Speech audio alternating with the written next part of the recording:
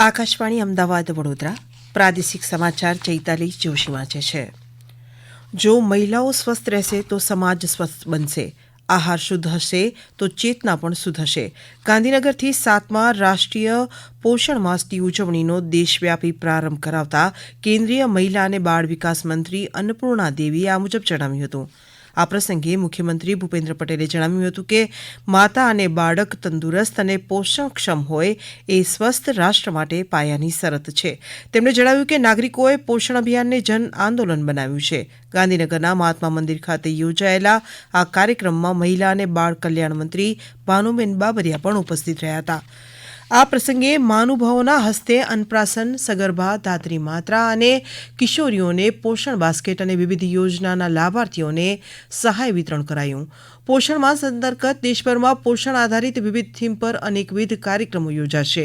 ઉલ્લેખનીય છે કે સ્વસ્થ ભારતના નિર્માણની દિશામાં દેશની મહિલાઓ અને બાળકોમાં પોષણને સુનિશ્ચિત કરવા માટે કેન્દ્ર સરકારના મહિલા અને બાળ વિકાસ મંત્રાલય દ્વારા વર્ષ 2017થી 18થી રાષ્ટ્રીય પોષણ માસની ઉજવણી કરવામાં આવે છે। રાજ્યમાં છેલ્લા અઠવાડિયામાં દરમિયાન અતિ ભારે વરસાદ બાદ હવે મેઘરાજાએ વિરામ લીધો છે। સ્ટેટ ઇમરજન્સી ઓપરેશન સેન્ટર ગાંધીનગરના અહેવાલ મુજબ ગત 24 કલાક દરમિયાન સમગ્ર રાજ્યનો સરેરાશ વરસાદ માત્ર 1.36 મિલીમીટર જ નોંધાયો છે। આજે સવારે 6 થી બપોરે 12 વાગ્યા દરમિયાન માત્ર 3 તાલુકામાં જ હળવો વરસાદ નોંધાયો છે। સુરત શહેરમાં 9 મિલીમીટર વરસાદ પડ્યો છે। આજે સવારે 6 વાગ્યા સુધીમાં રાજ્યમાં મોસમનો કુલ સરેરાશ વરસાદ 111% છે। કચ્છ ઝોનમાં મોસમનું સૌથી વધુ 179%, સૌરાષ્ટ્ર ઝોનમાં 124%, દક્ષિણ ગુજરાત ઝોનમાં 111%, પૂર્વ મધ્ય ગુજરાતમાં 105% અને ઉત્તર ગુજરાતમાં 88% મોસમનો કુલ સરેરાશ વરસાદ નોંધાયો છે।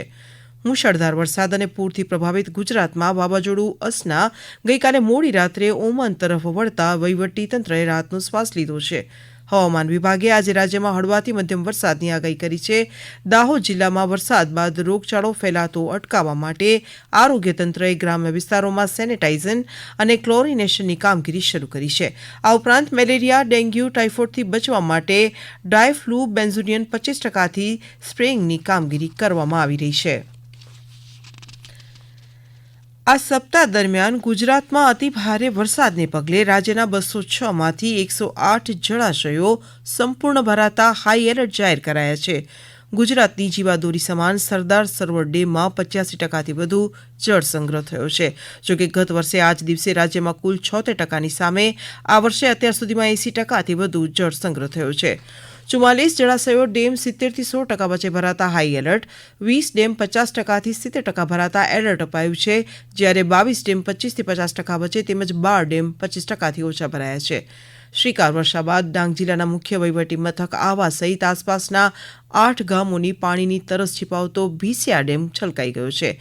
આ ડેમ દ્વારા 1987થી 8 ગામોના 41,000થી વધુ લોકોને પાણી પહોંચાડવામાં આવી રહ્યું છે। સુરેન્દ્રનગર જિલ્લાના તરણેતર ખાતે યોજાતો લોકમેળો આ વર્ષે પણ યોજવાનો નિર્ણય લેવાયો છે। સમગ્ર સૌરાષ્ટ્રમાં જાણીતો અને દેશ વિદેશમાં પ્રખ્યાત એવો તરણેતરનો મેળો તારીખ 6 સપ્ટેમ્બરથી 9 સપ્ટેમ્બર સુધી યોજાશે।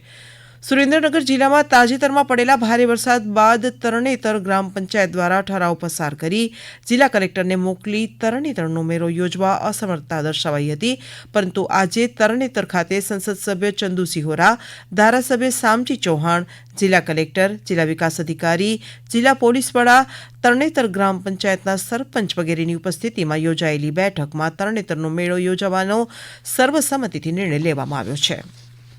આ સમાચાર આપ આકાશવાણી અમદાવાદ વડોદરા કેન્દ્ર પરથી સાંભળી રહ્યા છો, જે આપ અમારી YouTube channel AIR news Gujarat પર પણ સાંભળી શકશો। વધુ સમાચાર માટે આપ અમારા ટ્વિટર હેન્ડલ AIR news_APAD ને ફોલો કરી શકશો। અરવલ્લી જિલ્લાના ગ્રામ્ય વિસ્તારમાં તીડ જીવાતે દેખા દેતા ખેડૂતોને ઊભા પાકમાં નુકસાન જવાની ભીતિ છે। મેઘરજના ગ્રામ્ય વિસ્તાર જીતપુર, ખાખરિયા, ઈસરી તથા ખુમાપુરમાં 15 વર્ષ પછી તીડના ઝુંડ જોવા મળ્યા છે। જો વરસાદ ન આવે તો તીડ વધવાની આશંકા છે। વડોદરામાં પૂર અસરગ્રસ્ત વિસ્તારના નાગરિકો માટે નર્મદા જિલ્લાના પોઈચા સ્થિત નીલકંઠધામમાં છેલ્લા 2 દિવસથી ફૂડ પેકેટ તૈયાર થઈ રહ્યા છે। આ ફૂડ પેકેટ નર્મદા અને વડોદરા જિલ્લા વહીવટીતંત્રને પહોંચાડવામાં આવી રહ્યા છે। આ ફૂડ પેકેટ વડોદરાના પૂરગ્રસ્ત વિસ્તારોમાં જિલ્લા વહીવટીતંત્ર દ્વારા જરૂરિયાતમંદોને વિતરણ કરવામાં આવે છે.